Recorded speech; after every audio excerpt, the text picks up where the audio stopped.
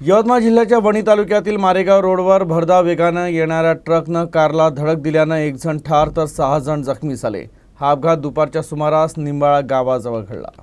शेख नवाज शेख मुझफ्फर असं मृतकाचं नाव असून जेबा शेख बरकत, हाजरा शेख मुझफ्फर, हसनेन शेख बरकत, अहमद शेख बरकत, कमर सय्यद अशी जखमींची नावं आहे।